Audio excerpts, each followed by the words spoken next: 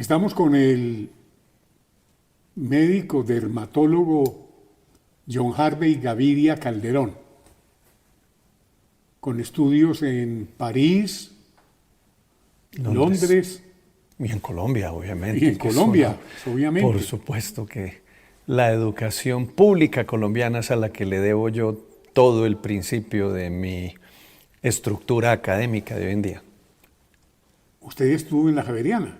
Sí, yo hice mi especialización en un programa que era avalado por la Universidad Javeriana en un hospital aquí en Bogotá que se llama el Centro Dermatológico Federico Lleras Acosta, que me enteré cuando me fui a estudiar a Francia que probablemente sea el hospital de dermatología, por lo menos hace 30 años, el hospital de dermatología más grande del mundo. En ese momento nosotros atendíamos casi 700 pacientes enfermos de piel por día. Y eso, cuando yo lo comentaba en Francia y después lo comenté en Inglaterra, decían, no, pero es que eso no existe de pronto ni en la India, pues o sea, un hospital especializado solamente en temas de piel. Y sin duda eso se notaba porque era en ese entonces bajo la dirección de nuestro maestro, el doctor Fabio Londoño González de Armenia, que era un genio. Londoño González. Él era de Armenia, el doctor Londoño era un genio. Realmente cambió muchos conceptos de los que se consideraban hasta el momento en que llegó a Colombia, que llegó en los años 60, se consideraban válidos en dermatología. Londoño revolucionó muchas formas de ver las enfermedades cutáneas y empezó a ver que era mucho más que simplemente enfermedades de piel y que realmente la piel era una ventana para poder ver lo que pasa por dentro en el cuerpo. Y eso es a lo que nos dedicamos ahora. Nos dedicamos a utilizar la piel como una herramienta diagnóstica de lo que pasa en el cuerpo, y eso ha sido ciertamente una muy importante herramienta para poder acercar a las personas a ofrecerles una mucha mejor salud, alargar su juventud, que es todo el principio de la investigación contemporánea en longevidad. El tema de la dermatología viene como por sangre. Hay otro Londoño que es de Neira. Pero este hombre es internista. Usted, William, está recordando un neirano, el doctor Augusto Londoño Jaramillo, familiar suyo, que hizo también una carrera de médico internista muy lucida en la ciudad de Manizales. Él hizo la carrera aquí en la Nacional de Colombia, en aquellas épocas que en Colombia no habían sino 4 o 5 facultades de medicina, que eran las de Bogotá, Medellín, Popayán, Cali y la de Cartagena, y después aparece la Facultad de Medicina de la Universidad de Caldas, en Manizales, que aparece al tiempo con la Universidad del Valle. De hecho, son como las de la época después de las universidades de siempre, que fueron la Nacional, la de Antioquia, la Universidad del Cauca, y después vinieron la Universidad del Valle, la Universidad de Caldas, la Universidad de Cartagena. Y a partir de ahí pues se dio ya toda una formación de médicos que han dado origen a un número creciente de escuelas de formación en medicina. Pero todo esto dentro de un marco de interés no solamente en formar médicos, que fue lo primero que hizo el país para atender personas, porque el país estaba desprovisto de médicos en la periferia, sino lo que se está dando ahora, que es realmente una búsqueda de investigar y de crear nuevo conocimiento. Hay algunos centros, uno es el que tenemos nosotros en Manizales, en donde estamos dedicados a la creación de nuevo conocimiento, y esa creación de nuevo conocimiento es la base real del desarrollo de las naciones. Las naciones se desarrollan y existen gracias a que se investiga y se crea conocimiento, no a que se reparten subsidios, sino a que se hace una inversión en ciencia y tecnología que es absolutamente crítica para que podamos salir de la pobreza. El mejor ejemplo de eso es, William, Corea. Después de la guerra de Corea, ese país era infinitamente más atrasado y pobre que el de nosotros. Pues si ahorita ni hablemos, si nos comparamos con Corea ni hablemos, o sea, estamos absolutamente colgados. Pero el truco de los coreanos fue que pusieron foco en volverse creadores de conocimiento en temas pertinentes. Y entonces se volvieron creadores en su tiempo en ingeniería, y entonces mira toda la ingeniería de vehículos que tienen hoy en día, después en electrónica, y ahora están haciendo unas gigantescas inversiones en biotecnología, y la biotecnología no es más que el encuentro, la intersección entre la ciencia y la ingeniería. Una de las más de los elementos que más orgullosos nos hacen es que, siendo Corea el país top en el mundo en investigación en biotecnología, en la ciudad de Manizales, en Colombia, hay un grupo de investigadores que crearon unas moléculas biotecnológicas que las exportan a Corea. Es decir, desde Colombia, desde las montañas de Colombia, que siempre las citamos como símbolo de violencia y un poco de atraso. No, desde las montañas de Colombia hay un grupo de investigadores que crean biotecnología y la exportan a Corea, que es el país top en el mundo en biotecnología, que reconocen eso. Y esto, pues la gente que está encargada de eso no hace ruido porque son hombres de ciencia, no son hombres del mundo del marketing, pero eso es lo que... Muchas gracias a William por invitarme a contarle hoy a todo su gran número de la audiencia que tiene este programa, que es posible crear ciencia y a través de la ciencia crear desarrollo desde Colombia. Y repito, la muy manida forma en que los periodistas dicen, desde las montañas de Colombia. Sí, desde las montañas de Colombia, en Manizales, creamos ciencia que se vende y se exporta para todo el mundo. O sea, en ese sentido estamos haciendo muchas cosas en este país. Pude apreciar una entrevista con el maestro David Mansur, con Inés María Sabaraín. Mire, el maestro Mansur, William, es el ejemplo extraordinario de lo que es un modelo de envejecimiento exitoso y de longevidad. El maestro Mansur es neirano como usted, neirano como yo, es primo suyo. Sí, pero yo no soy sobrino de él. No, primo. Sí. El maestro Mansur logró lo que en longevidad nosotros buscamos, que es no alargar los años, sino alargar la juventud. Cuando uno habla de alargar la juventud, se refiere a tener una permanente actitud ante la vida como la que tienen los jóvenes, de descubrir, de planear, de hacer proyectos. Mire, yo me hablé con David Mansur hace 5 años, justo antes de pandemia, en su casa en Barichara. Y me maravilló cuando me hablaba, en ese momento iba a cumplir 90, y me hablaba de sus proyectos. Tenía proyectos. Realmente el principio de la longevidad parte de la base de la lectura interior que uno se hace, de sentirse una persona todavía conectada con su presente. No hay nada que atente tanto contra la buena longevidad que considerarse un pensionado que ya terminó. Porque cuando uno se considera un pensionado que ya terminé y que no tengo más para hacer, su biología empieza a comportarte en consonancia, porque nuestro cerebro está produciendo información que va a todas nuestras células, que le están diciendo células, aquí llegamos, ya no seguimos para adelante. Pero a eso lo acompañamos no solamente de una actitud mental, porque hay un elemento de biología que es subyacente al envejecimiento exitoso. Y vamos, número 1, ¿cómo fue la infancia y la adolescencia de estas personas? Y es muy interesante cuando uno habla de longevidad, y es que también tenemos que hablar de qué significa envejecerse. Y envejecerse es prácticamente lo que hacemos desde que nacemos. Mire, antes decíamos, William, que técnicamente el envejecimiento empezaba a los 27 años, porque a los 27 años dejábamos de ser eficientes en producir una enzima en nuestras células que se encargaba de una parte compleja de nuestro metabolismo de oxígeno. Esa enzima se llama la superóxido dismutasa y fue descubierta en 1968 por un par de investigadores, Joe McCourt e Irving Friedovich. Joe e Irving están vivos, o sea, Joe tiene 94 años, Irving tiene 20 años menos que él, tiene 74.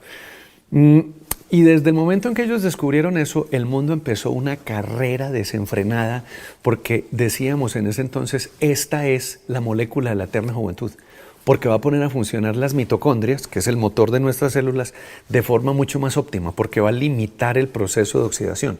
Mire, nosotros nos oxidamos como un carro que dejamos al sol y al agua, como una bicicleta que dejamos abandonada en el patio. Nos vamos oxidando.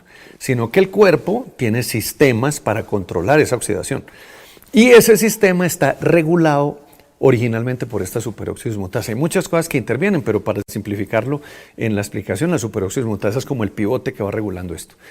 Y estos investigadores, repito, apenas la descubrieron, empezó una carrera en todo el planeta por esto, y de pronto unos investigadores gringos la sacaron de la vaca y encontraron que se podía inyectar, y se le inyectaban a personas con artritis. Y era maravilloso cómo se desinflamaban y estas personas con artritis volvían a caminar. Pero en la tercera dosis el cuerpo hacía una reacción, porque es que resulta que era una molécula derivada de un bovino, o sea, era una cosa extraña al humano. Y el cuerpo reaccionaba contra ella y ya no se podía utilizar más, contra esta superóxido dismutasa de la que estoy hablando. Y después, en el año 2000, un grupo francés patentó una superóxido dismutasa extraída del melón, pero lo más extraordinario es que lograron que este fuera un producto que se pudiera tomar, un suplemento nutricional que usted se toma todos los días, extraído del melón. Mire, es una suerte, en Colombia existe el producto, se llama AOX Therapy. Ese producto que existe en Colombia, bueno, repito porque hay gente que lo está viendo, se llama AOX Therapy, es un extracto de melón, es decir, es un suplemento nutricional que usted nunca va a tener problema con él cuando se lo tome, y lo que hace es actualizar y resetear todo su sistema oxidativo para que usted empiece a partir de ahí a tener un envejecimiento exitoso. Eso, como te lo estoy diciendo, lo que empieza como una descripción oxidativa desde chiquito. Pero empezamos a hablar de otros elementos que son absolutamente críticos para tener una vida saludable. Uno, nuestra vida cambia si nacimos por cesárea o nacimos por parto natural. Porque resulta que las madres se preparan durante el embarazo para enriquecer un órgano que se llama la microbiota, que es el único órgano del que nunca hablamos que se forma después del nacimiento. ¿Y quién conforma la microbiota? Es todo el conjunto de bacterias, virus, hongos y parásitos que hacen parte normal de nuestra biología y que tienen una larga lista de funciones. Si usted nace por cesárea, se perdió la oportunidad de adquirir en el canal del parto estos microbios que la mamá preparó durante el embarazo para uno poder tener una primera aproximación.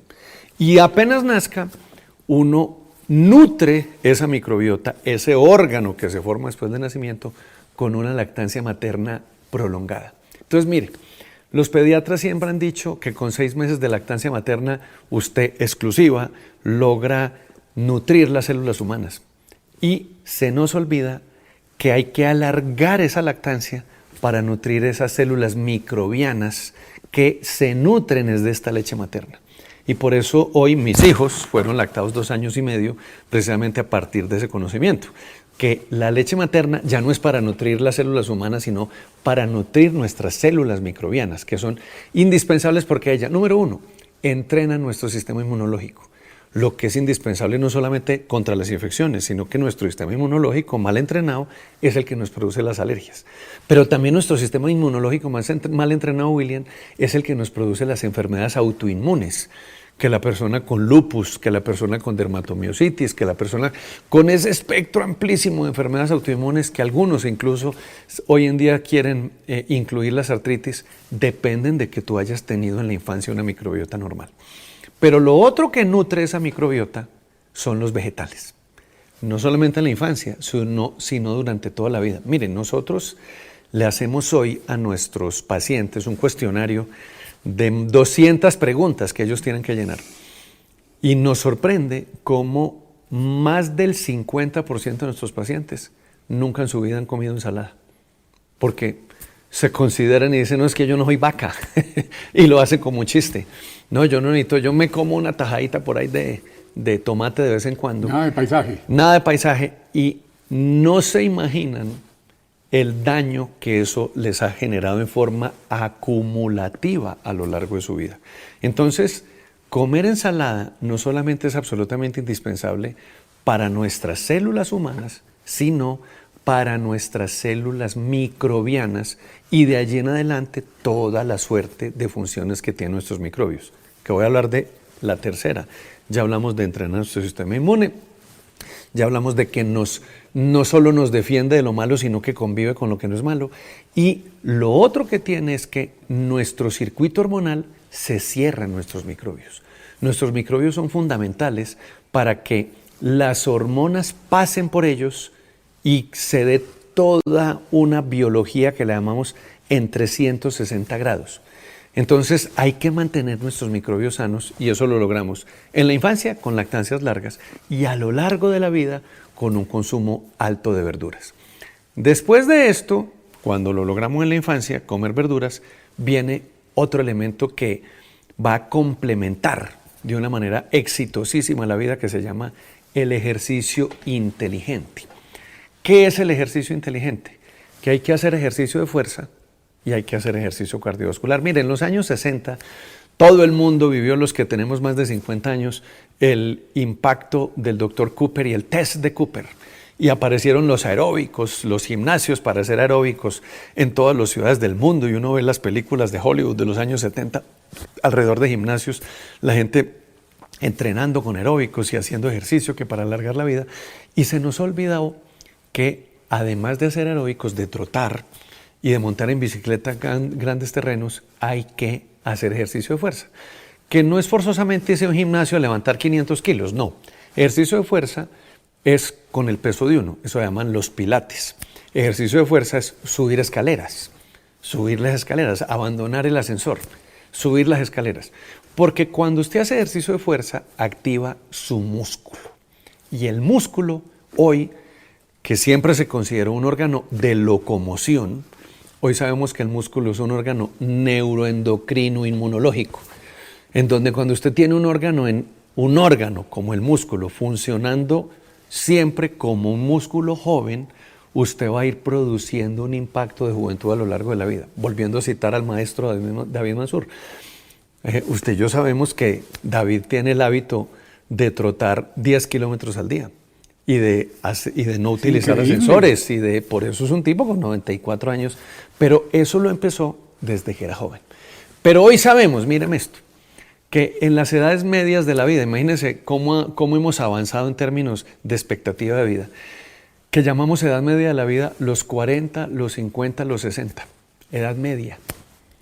Cuando usted hace ejercicio en la edad media de la vida, usted logra rebobinar todo el ejercicio que se necesita.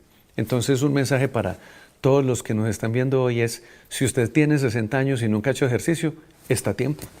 Porque hay personas que dicen, no, pero es que yo ya en este momento que puedo recuperar muchísimo.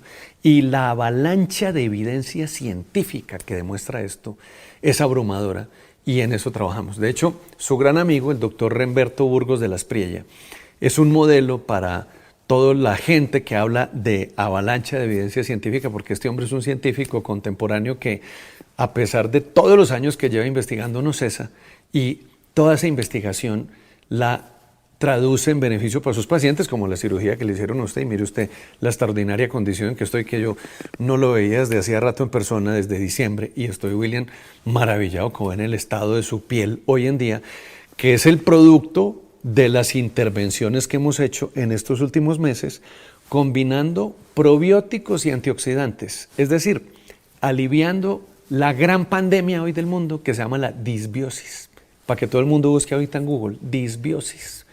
Esa es la gran enfermedad. De hecho, todos los artículos que se están revelando acerca de la mortalidad y de los graves niveles de enfermedad que hubo con la pandemia del COVID-19 eran en personas disbióticas, es decir, se morían los que tenían disbiosis. Tenían una pésima evolución del COVID los que tenían disbiosis.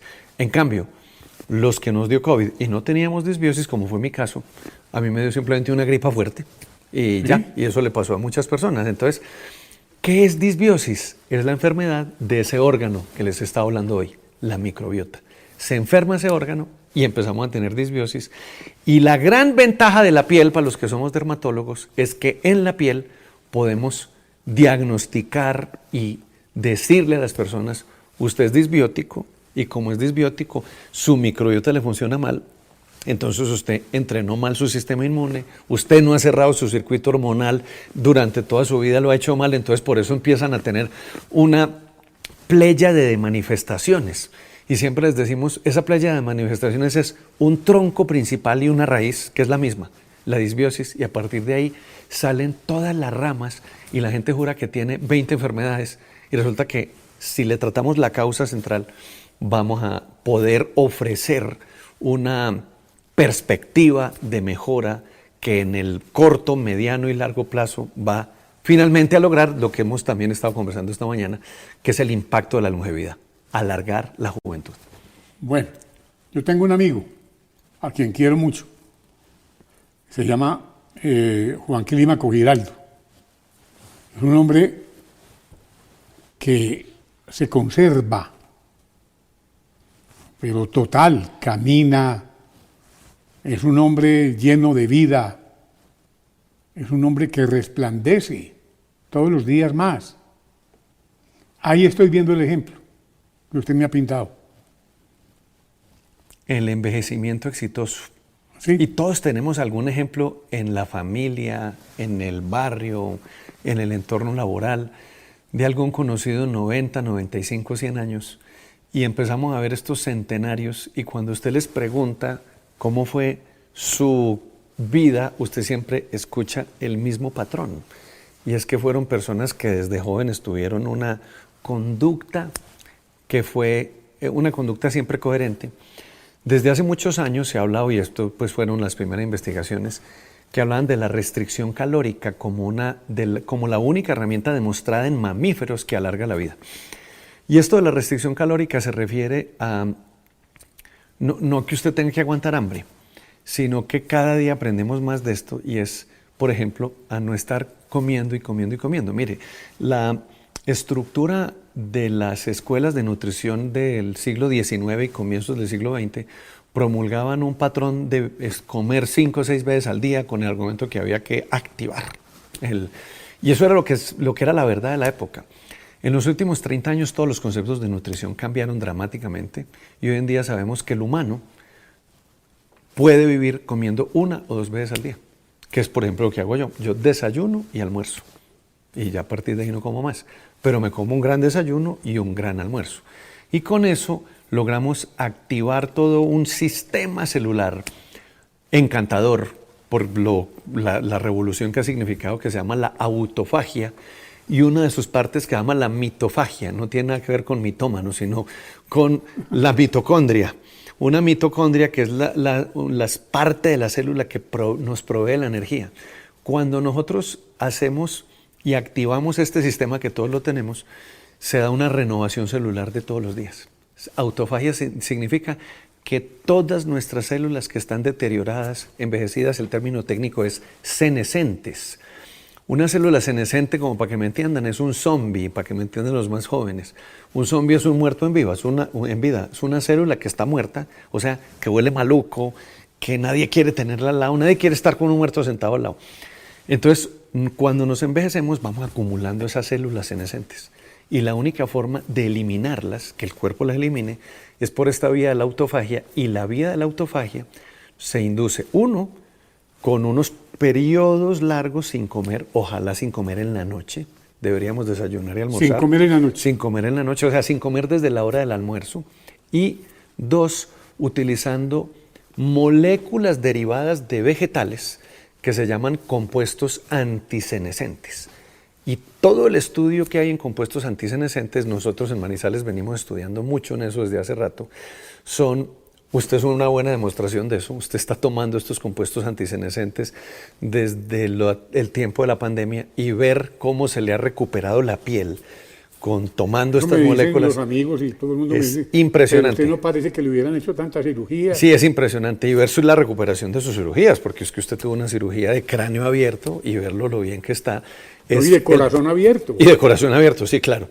Pero en la de corazón abierto todavía no había sido beneficiado con este conocimiento, pero fue después de la pandemia que se benefició y lo estamos viendo en la piel, que hoy acaba de salir de hecho un artículo grandísimo en donde sacaron una serie de estudios que demostraban que utilizando todas estas herramientas actuales de inteligencia artificial que muestran cómo cuando usted evalúa la edad aparente en la piel, usted es capaz de definir con unos exámenes sofisticadísimos de lo que está pasando por dentro, qué es lo que está pasando en el envejecimiento interno. Pero para eso, este estudio lo valida, pero lo hemos sabido desde los tiempos de las abuelas, en donde decían, miren a esta persona que no le pasan los años. Y usted ve, se le nota en la piel, se nota en la cara, se nota en el aspecto, sí, que no le pasan los años, y eso no solamente es por fuera, sino que también es exactamente igual por dentro. Mi doctor, muchas gracias. Muchas gracias a usted, William. Fue muy interesante y muy entretenido conversar con ustedes hoy de todos estos temas. Qué bueno.